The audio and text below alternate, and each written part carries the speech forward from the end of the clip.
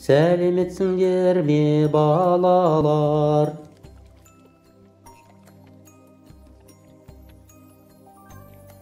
Ат адамның қанаты, ас адамның қуаты демекші, біздің бүгінгі музыкалық саяхатымыз ас адамның арқауы деп аталады. Халқымыз қонақ келсе, дастарханнан дәм татқызбай жібермеген. Қонағына ең дәмді, денсаулығына өте пайдалы тағам мен сусындарын ұсынған. Денсаулықтың негізі дұрыс тамақтану екенін естен шығармаған абзал.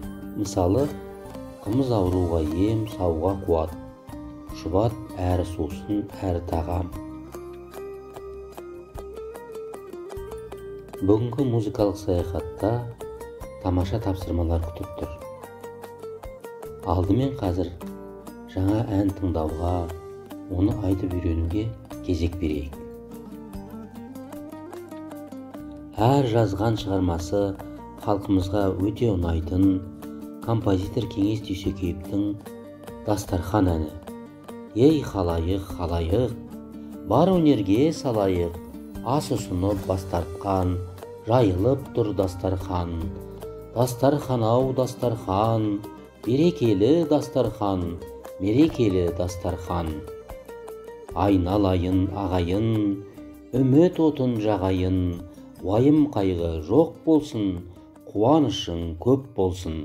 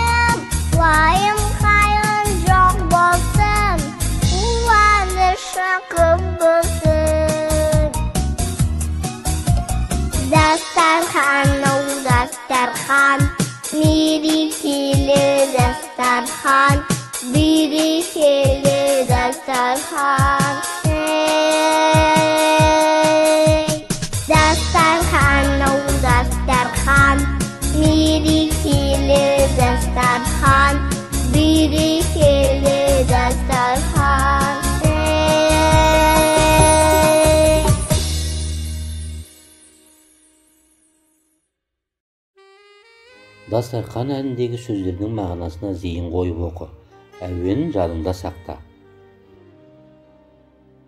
Әннің шумағы мен қайырмасындағы дыбыс биіктерін салыстыр.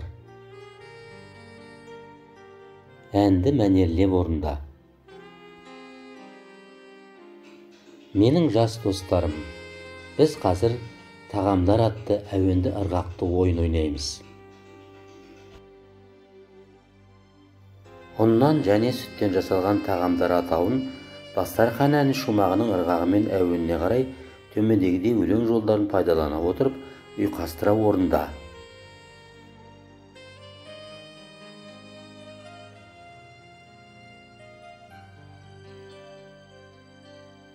Алдағы сабақтарымызға сәттілік тілей отырып, мен сендермен осы көңілді әуенмен қоштасамын. Сау болыңдар, балалар.